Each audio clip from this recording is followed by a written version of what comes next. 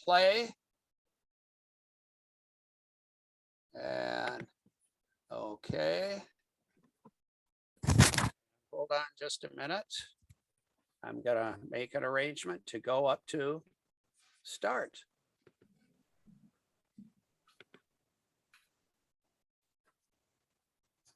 Well, welcome to Sisters of the Battlefield, or Nuns Under the Guns. Let me start with a quote. You're not sharing your screen. Tom, you haven't shared your screen. Oh, well, I'm up, but I don't know. Hang on, let me escape. This is the part that always frightens me, Jim. We should have tested this.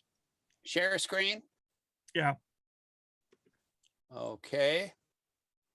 And I'm gonna hit play. And I've got, are we up yet? Nope. Okay. At the bottom, at the bottom, there is a green button in the middle that says share screen. You should I see that. Yeah, you should select, there will be several panes that come up. Select the one you want to share. Multiple? Yeah, but you should only share one of them. That's the mistake I made last month. I shared the wrong one. Okay, let's see. Let's see if this works. Is that up yet? Nope. Oh my gosh. Well, Jim, what did we do last time that we're not doing this time? I don't know. I'm not there with your computer. Share desktop.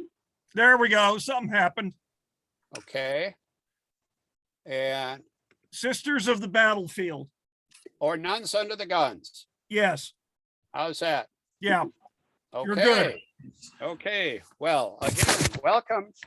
And let me share to begin with a quote from a sanitary commission worker, Mary Livermore, who sets the sisters' work in context of nursing issues of the period. She said, "I am neither a Catholic nor an advocate of the monastic institutions of that church. Similar organizations established on the basis of the Protestant religion and in harmony with Republican principles might be made very helpful to modern society and would furnish occupation and give position to large numbers of unmarried women whose hearts go out to the world in charitable intent. But I can never forget my experience during the War of the Rebellion. Never did I meet these Catholic sisters in hospitals, on transports, or hospital steamers without observing their devotion, faithfulness, and unobtrusiveness. They gave themselves no airs of superiority or holiness. They shirked no duty, sought no easy place, and bred no mischief. Sick and wounded men watched for their entrance into the wards at the morning and looked a regretful farewell when they departed at night." That's Mary Livermore, a woman who wrote her own book and was one of the Protestant sect. And of course, that would be an issue through some of the war with having the sisters from the 12 different orders participating as nuns near the guns. Well, let me go to this slide, which is from the National Museum of Civil War Medicine in Frederick, Maryland. And the point of this is to remind me that, all joking aside, there is casually at least a difference between sisters and nuns. Nuns are generally cloistered and stay within a convent or a monastery, whereas sisters, such as Sisters of Mercy, Dominican sisters, etc., are dedicated to working with their people in their community. One group is praying while the other is out walking and talking and inviting, whether it's the poor, the sick, the orphaned to come in. So typically these were sisters as opposed to nuns. Well, I want to start by talking a little bit about the monument that you can see near the corner of Rhode Island and Connecticut Avenues in Washington, D.C., in front of St. Matthew's Church. On September 20th, 1924, it was a great day for the sisters representing 12 Roman Catholic religious communities.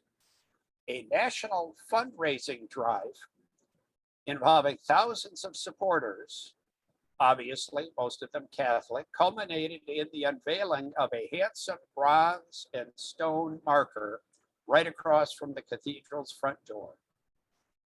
The memorial showed 12 sisters recognized in their distinctive habits and representing each one of their communities. By the way, even though there are 12 that I mentioned, there were at least 21 different convents or houses who sent out nuns to work. So whether you were a Sister of Mercy from, say, Pittsburgh, or a Sister of Mercy from maybe New York, both Sisters of Mercy, but from different locations. The monument, you may be able to read, says, "To the memory and in honor of the various orders of sisters who gave their services as nurses on battlefields and in hospitals during the war." As the ceremony proceeded, again, this is September 1924, Colonel C.O. Sherrill, military aide to President Calvin Coolidge, was asked to make an acceptance speech on behalf of the chief executive and for the District of Columbia.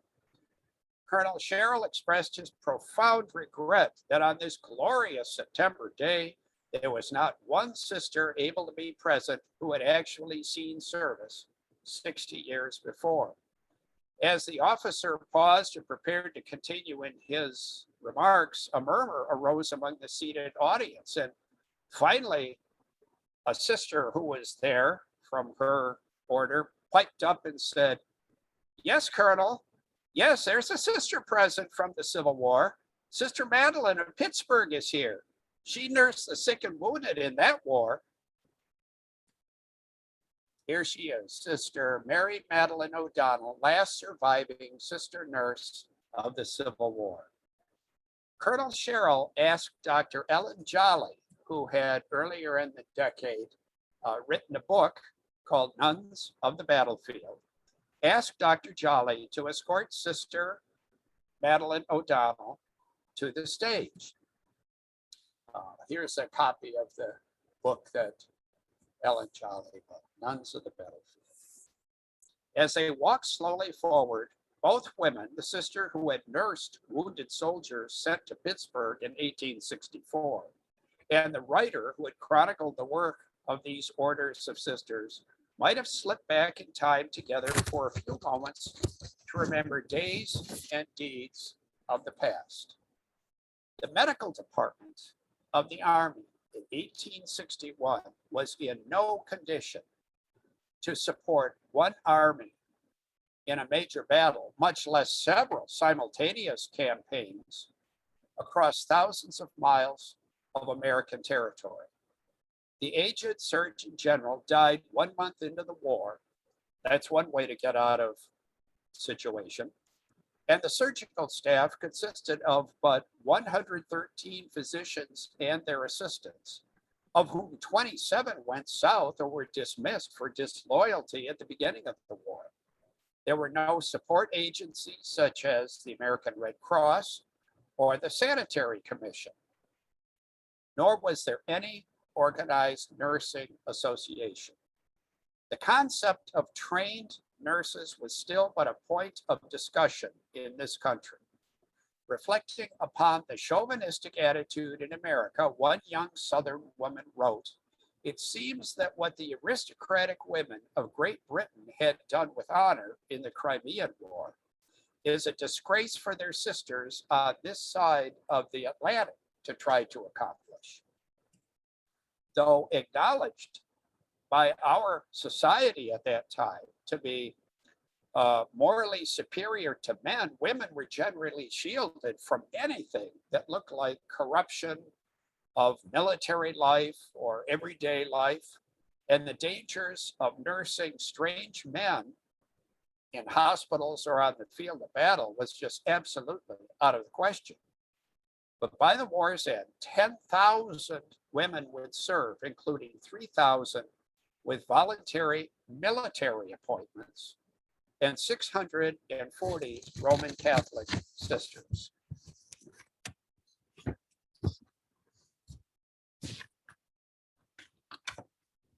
Ironically, it was not the carnage of combat early in the war, but the scourge of disease that convinced the military doctors to accept the aid of women. Hundreds of men suffering from diseases brought on by the crowded and unsanitary conditions in the 1861 training camps brought these plagues to real life. Regimental staffs were unable to give attention to the overwhelming numbers of sick. Finally, in June 1861, Dorothea Dix, a New England social reformer, was appointed by the Secretary of War to supervise women nursing volunteers. Dix's famous "We Want Plain Women," which you can see in her photograph, also included the following qualifications: moral attitude, integrity, seriousness of purpose, and capacity for the care of the sick. Dress should be plain, brown, gray, or black, without ornaments of any sort. Amount of luggage is going to be limited. Obedience to rules of the service is paramount. Well, among the women who met these exacting qualifications to the very letter, in fact, they might have created these qualifications hundreds of years earlier in Europe, were Roman Catholic sisters of a dozen different orders. Trained as teachers, orphanage and hospital administrators, counselors, and nurses, Catholic nuns were probably the only women in America with hospital nursing experience under their belts, or cinctures, or rosary beads. Even those sisters who lacked formal training, and for example, the Sisters of the Holy Cross in South Bend, Indiana, when they got involved in helping, they were all teachers. They had not been nurses in a hospital in South Bend, they'd been teaching, but they knew what it was to jump in and do the best you could, follow instructions, and keep to it until you knew what you were doing. And they could be counted on for their support, dedication, and willingness to learn. But first, the sisters had to be accepted into nursing service. Dorothea Dix, for example, held Catholics in low regard, as did Walt Whitman. He wasn't much at all for Catholics. And she would seldom approve the acceptance of nuns when Protestant women were available. Anti-Catholic attitudes, anti-Catholic, were common in American society, and unfounded fears gave rise to incredible rumors. While Dix expressed the understandable apprehension that the religious orders would spend more time preaching than nursing, one hospital steward refused to leave his station alone when there was a Sister of Mercy present.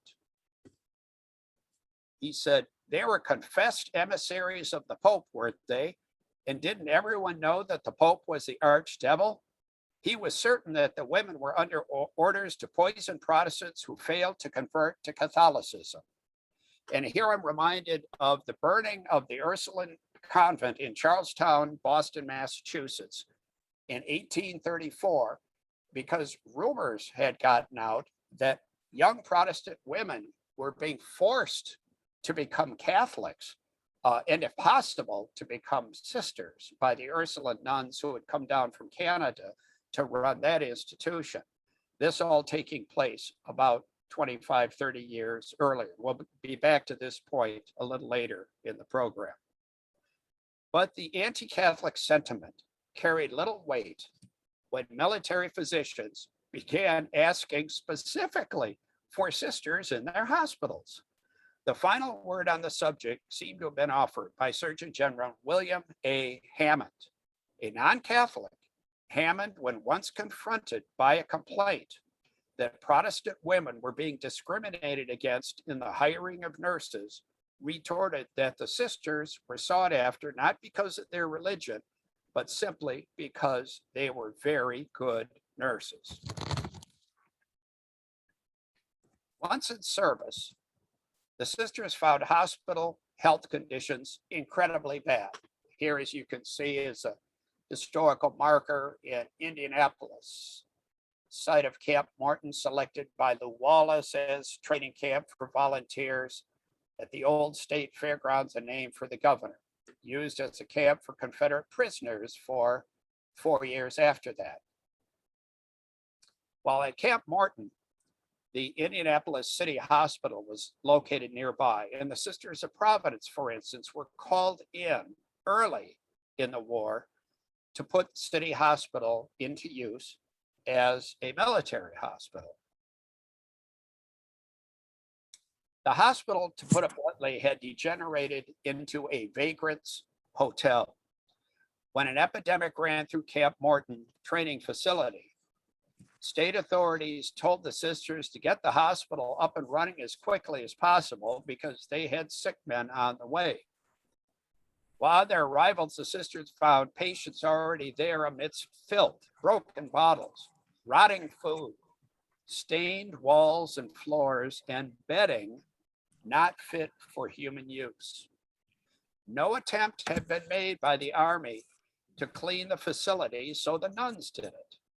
After scrubbing the floors on hands and knees, boiling bed linens outdoors, and removing all the rotten mattress material, City Hospital was once more worthy of its name as a hospital.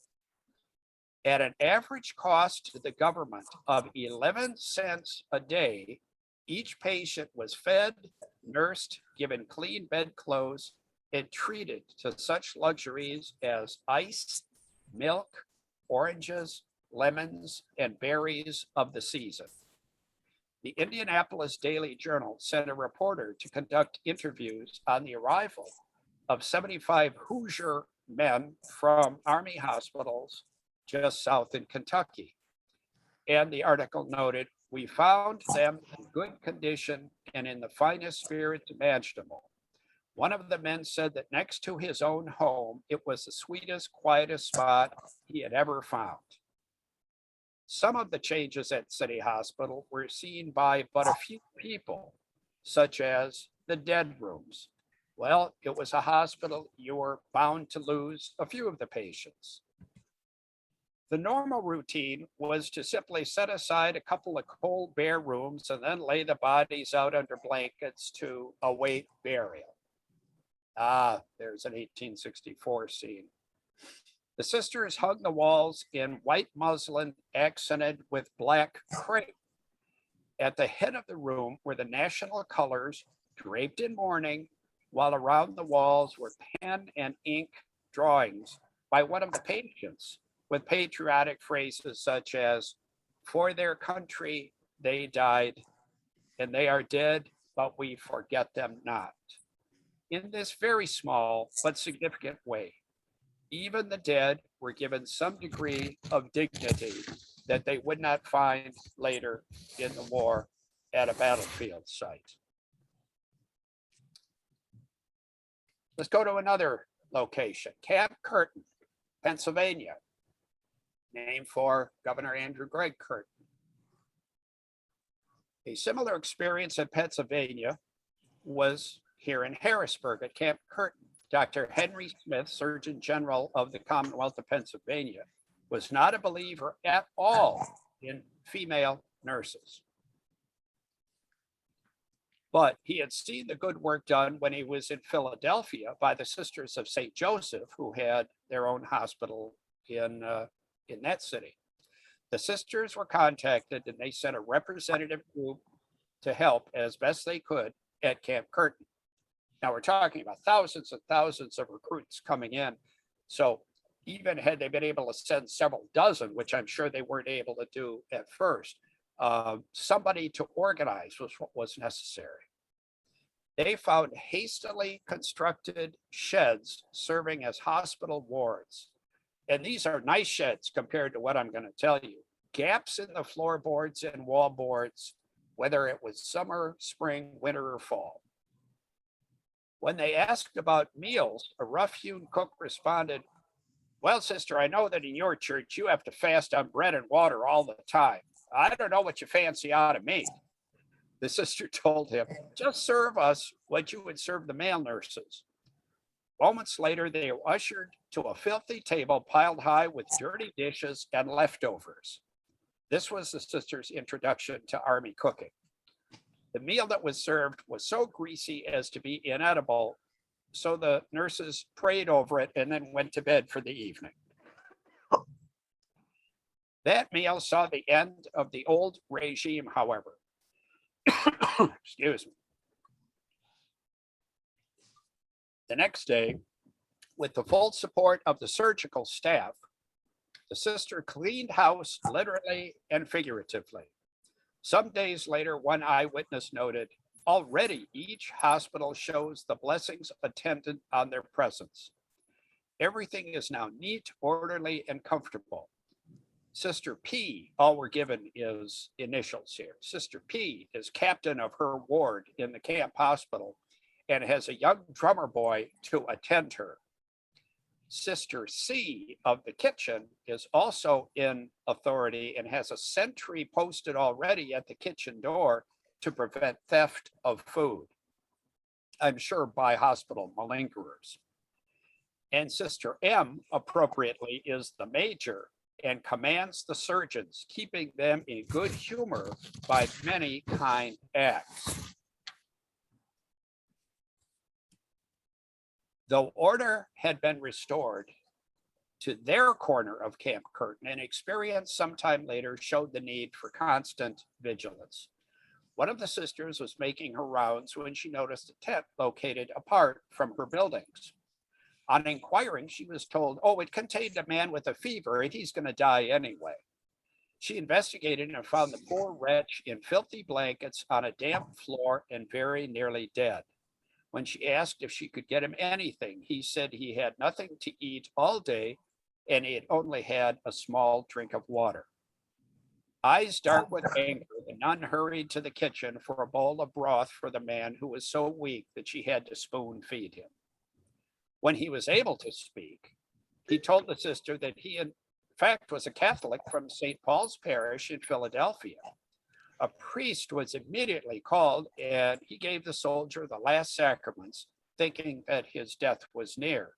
And as anyone of a religious bent knows, if you're leaving this world, get prepared for the next one. And so getting that priest in there for the last sacraments was important.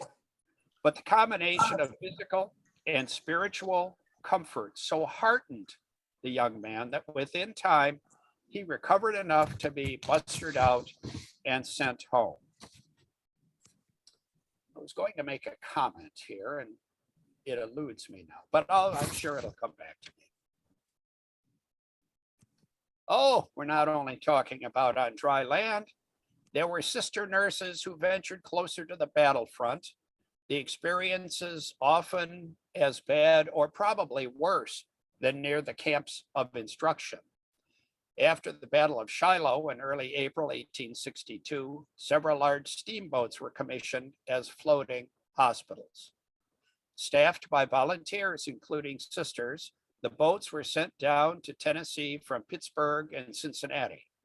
On one such ship, Sister Theodosia, a sister of charity, recalled, "Our boat deck looked like a slaughterhouse, wounded lying everywhere. There seemed to be scores of wounded and dying," she continued. "I have seen our surgeon, Dr. Blackman, cut off arms and limbs by the dozen and consign them to a watery grave.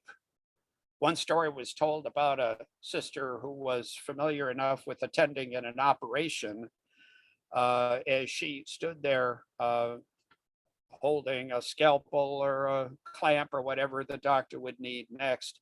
The doctors around the table noticed drippings of blood dripping down her white habit.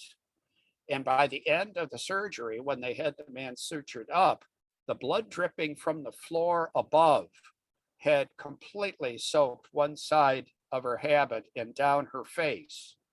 But she had stood there and taken it because she knew that her important place was for that patient, not worrying about how she was going to get her habit cleaned. On another hospital ship, sisters served another purpose. The wounded lay everywhere aboard the SS Commodore as it pulled away from the landing for the return trip up the Mississippi to the north. At a bend in the river, a Confederate gunboat loomed into view from a side channel. So the story goes, several sisters on board as nurses lined the railings of the deck, and they were so easily identifiable that the gunboat backed off and allowed the hospital ship to proceed unmolested. Hard to imagine they were anybody else but nurses. Let's go down the Atlantic coast. This Sister Mary Joseph. In the summer of 1862, 7 Sisters of Mercy from New York City, including Sister Mary Joseph, were sent to Beaufort, North Carolina, at the request of Federal General John G. Foster, the commander of the department.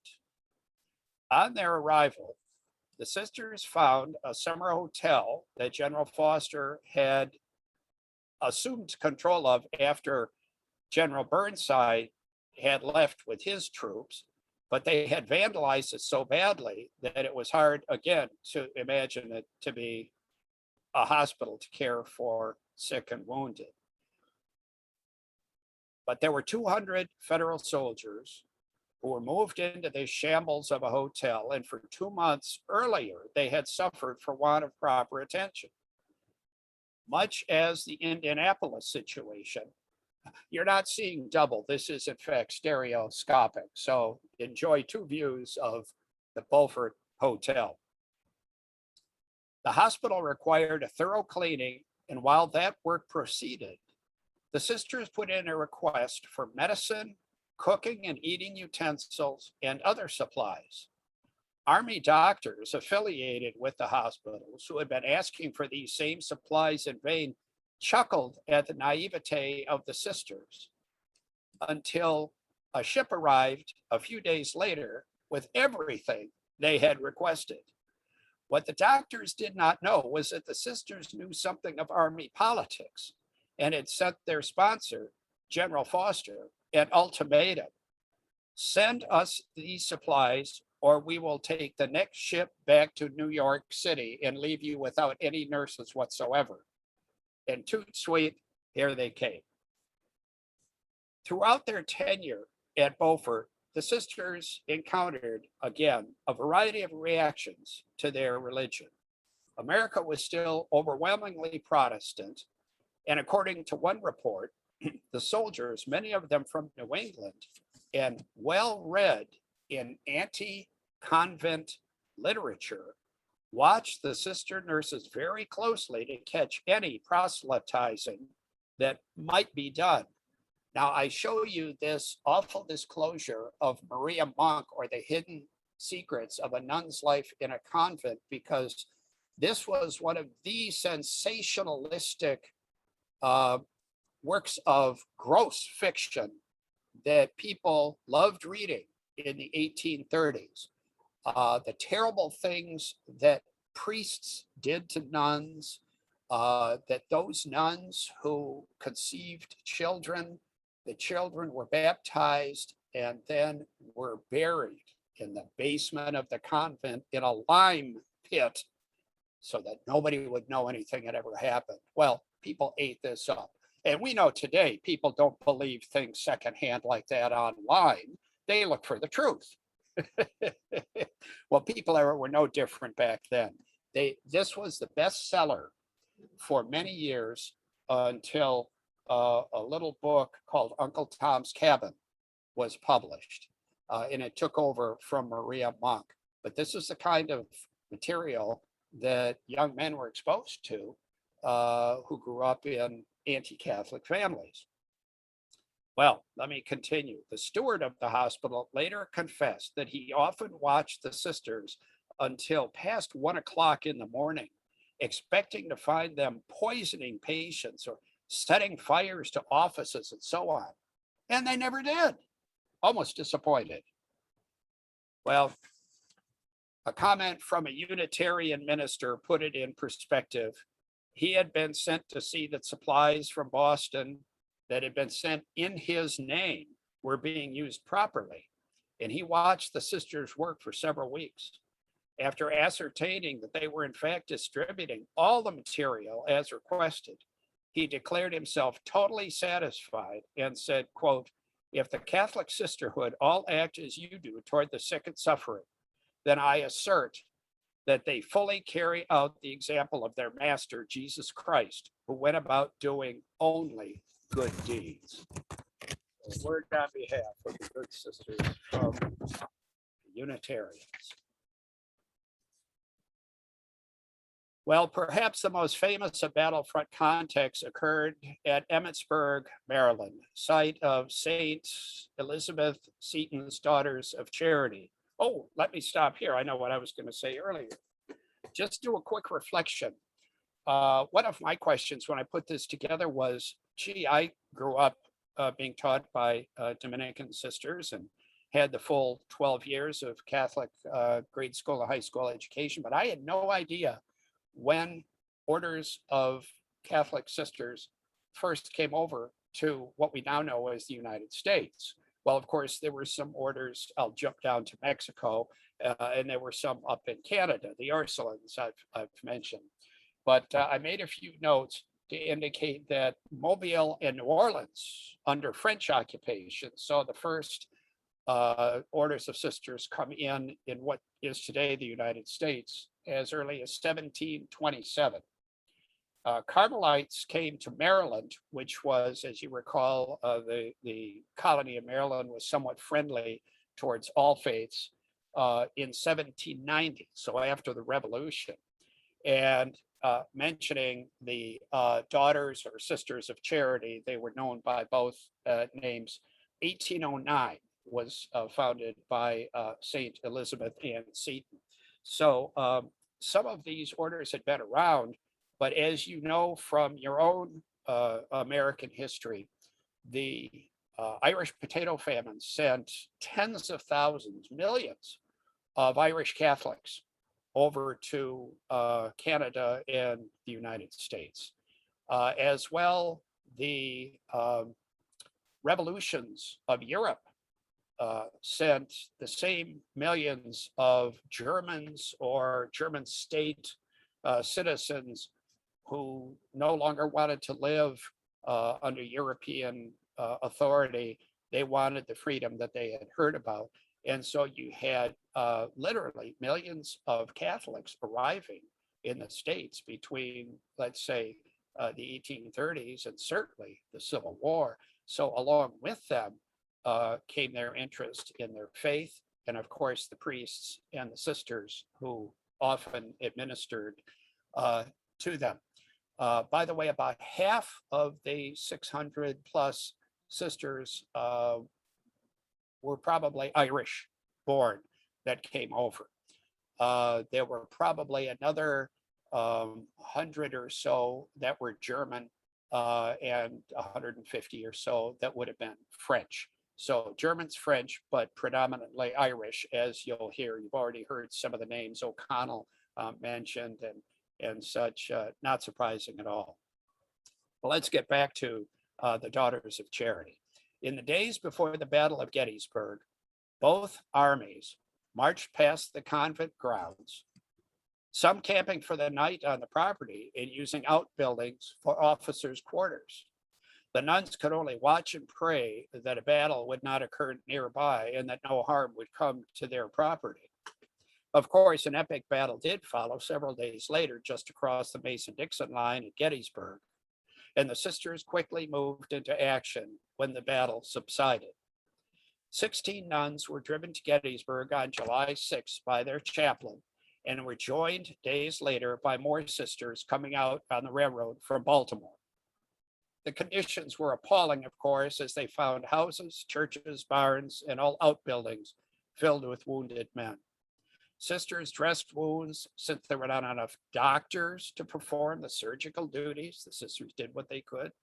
But whatever their condition, the men in Gettysburg could at least be kept warm and dry. In the surrounding countryside, thousands more of the wounded were scattered about in makeshift camps. This is Sister Camilla, who was one of the Daughters of Charity that was there.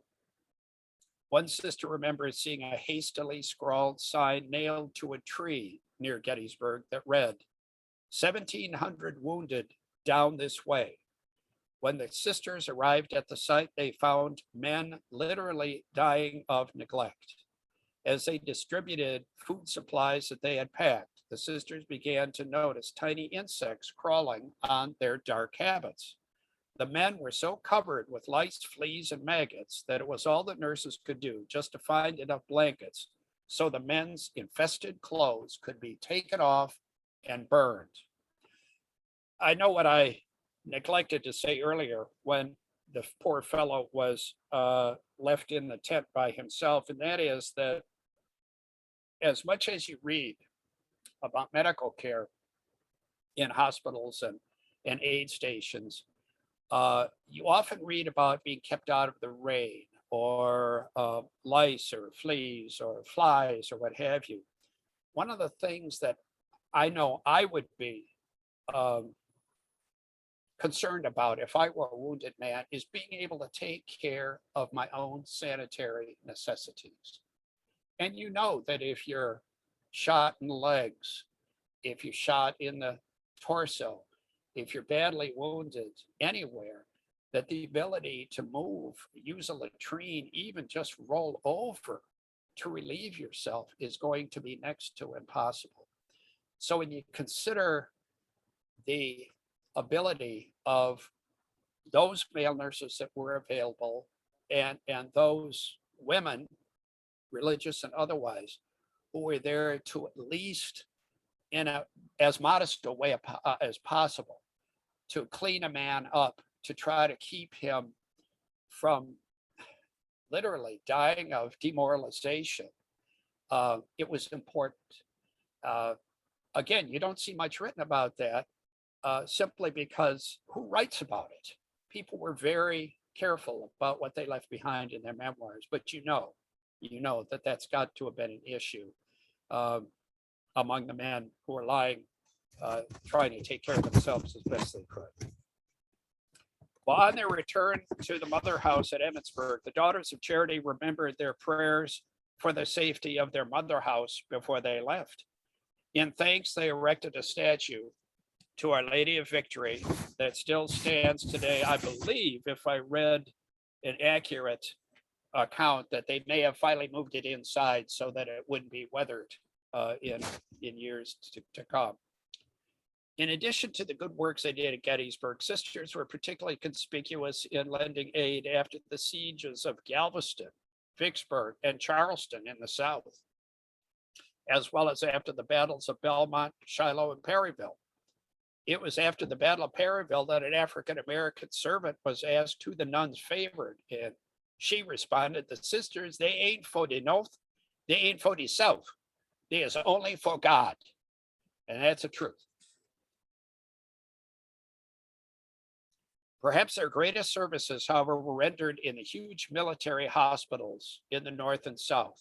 The Sisters of St. Joseph, as noted on this historical marker in Wheeling, West Virginia, ran a hospital for both Union and Confederate soldiers and prisoners.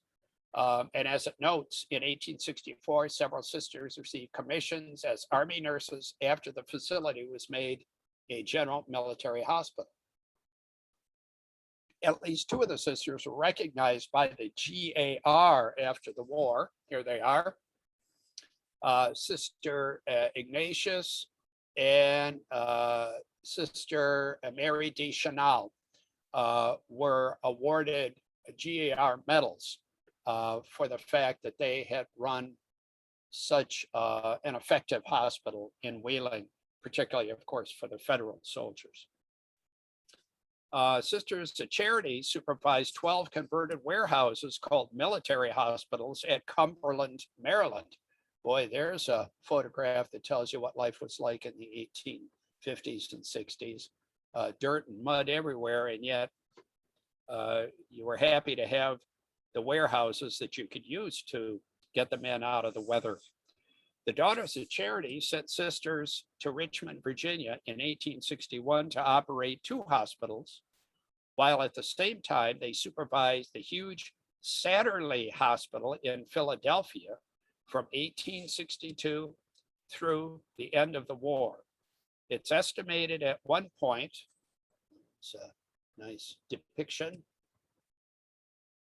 4,500 beds, 16 acres, and as many as 50,000 were treated here during the war. Now, this was after the military medical realized that getting men back to good, clean, safe hospitals in the cities where supplies were ample was the best way to get men back on their feet again, whether to go back to the army or to go home alive. So Washington had hospitals, of course. Philadelphia and other major cities had huge hospitals. They were not MASH units, but they were taking over where those units left off. During a smallpox outbreak at Satterley Hospital, and these are nuns that helped staff it, in 1865, January, one sister noted in her journal, "The physician seldom paid the men a visit, but allowed us to do anything we saw proper. One day I was supervising an application to a man for what she calls poison or a disease, and I told him that the remedy had cured a sister who had the same affliction. The man looked at me in perfect astonishment. 'A sister,' he exclaimed. 'Well, I didn't know the sisters ever got anything like that.' I told him, 'To be sure they do. They are liable to take disease as well as anyone else.' 'Oh, to be sure not,' countered the Irishman, 'for the boys often say you must be different from other people, for you do for us what no other persons will do.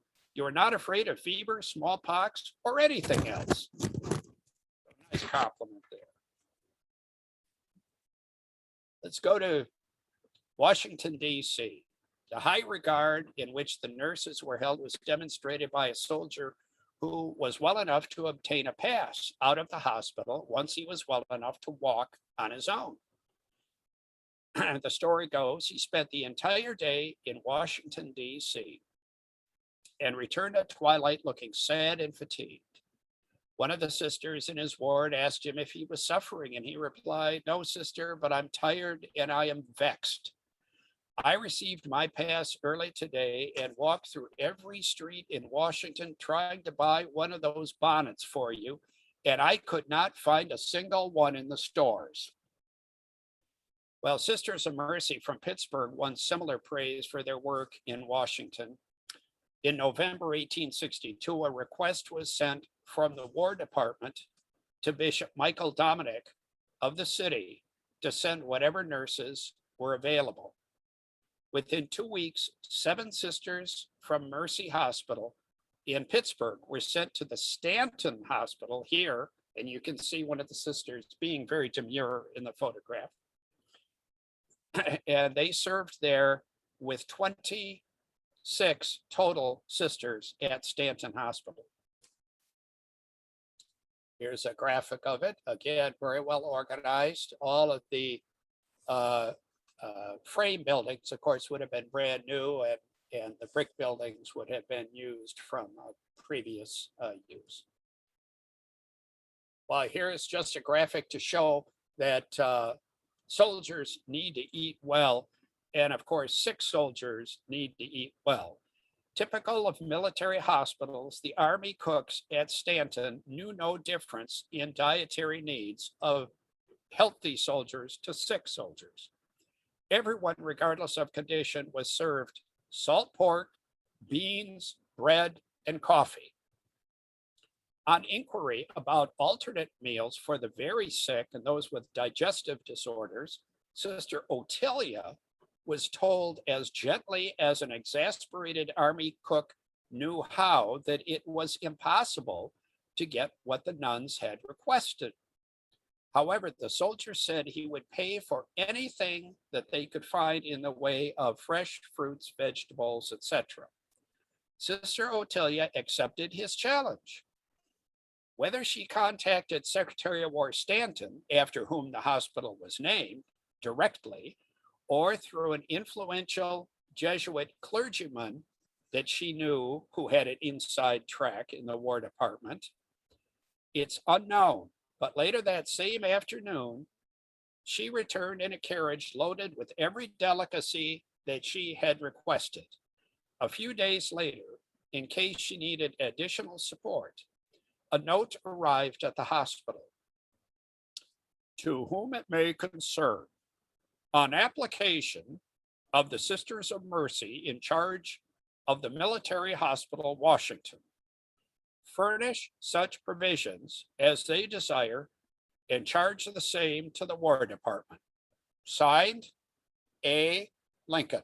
The president even made a visit to the hospital, during which time he stopped to shake hands, not only with the surgical staff, but to personally thank the sisters for their dedication and their good works.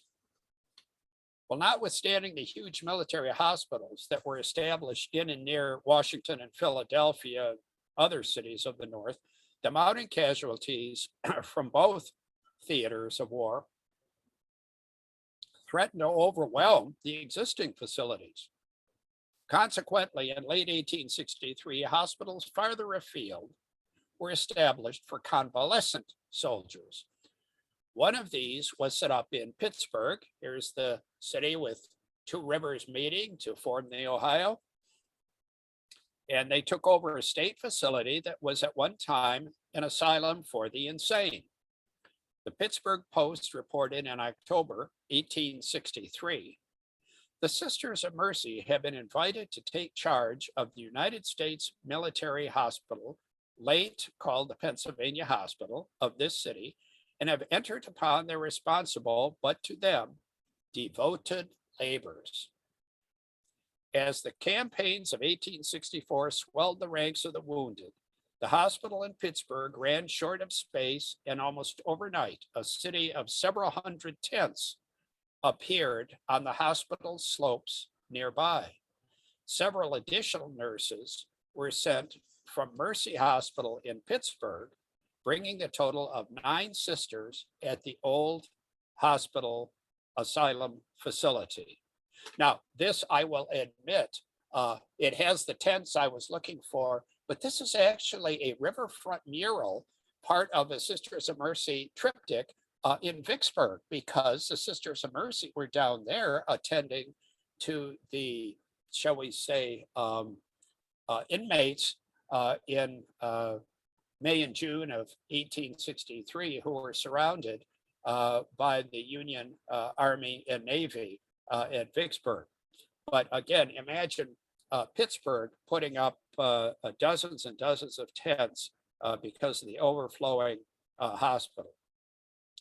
Many a late evening was spent, lanterns in hand, feeding and comforting the hundreds of sick and wounded sleeping out underneath the stars. Well, I'll bring this history to a close by returning us to the good company of Sister Madeline, the sole surviving sister nurse at the monument dedication in Washington, D.C. I was in the Army before I was 19, her story always began. Years after the war, young novices would surround Sister Madeline as she sat in her chair on the porch of Mount Mercy Convent in Pittsburgh. She took special pleasure recounting her experiences as one of those nurses in the city of tents, recounting how she would run up and down the hillside. She was a young girl, of course, but always with decorum and dignity to help the soldiers.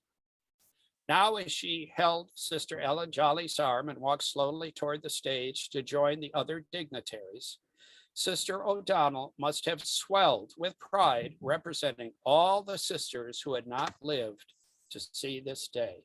Here's a quick article.